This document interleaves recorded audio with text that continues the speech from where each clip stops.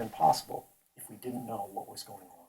Related question, what today can the government do to your phone and your laptop, the phone and laptop of any American?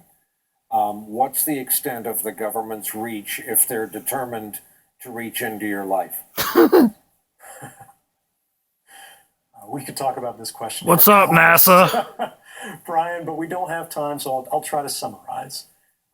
Hacking has increasingly become what governments consider a legitimate investigative tool. They use the same methods and techniques as criminal hackers. And what this means is they will try to remotely take over your device. Once they do this, by detecting a vulnerability in the software that your device runs, such as Apple's iOS or Microsoft Windows, they can craft a special kind of attack code called an exploit. They then launch this exploit at the vulnerability on your device, which allows them to take total control of that device. Anything you can do on that device, the attacker, in this case the government, can do.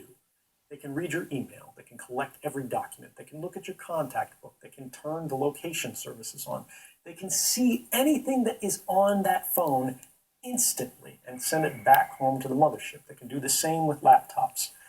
The other prong that we forget so frequently is that in many cases they don't need to hack our devices.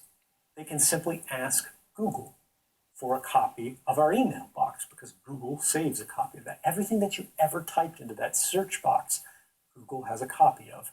Every private message that you've sent on Facebook, every link that you've clicked, everything that you've liked, they keep a permanent. Oh boy, there's a lot of porno back in the day. This is available not just to companies, but to our governments, as they are increasingly deputized as sort of miniature arms of government.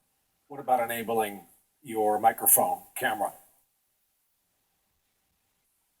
If you can do it, they can do it. It is trivial to remotely turn on your microphone or to activate your camera, so long as you have systems level access. If you had hacked someone's device remotely, anything they can do, you can do. They can look up your nose, right? They can record what's in the room. The screen may be off as it's sitting on your desk, but the device is talking all of the time. The question we have to ask is, who is it talking to? Even if your phone is not hacked, right now, you look at it, it's just sitting there on the charger. It is talking tens or hundreds or thousands of times a minute to any number of different companies who have apps installed on your phone.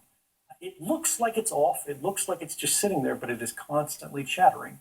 And unfortunately, like pollution, we have not created the tools that are necessary for ordinary people to be able to see this activity. Wow, you said that pretty good. The visibility of it that makes it so popular and common and attractive for these companies. Because if you do not realize they're collecting this data from you, this very private and personal data, there's no way you're going to object to it. What about its ability to track its owner? And talk to me specifically about the case of Jamal Khashoggi. So in the case of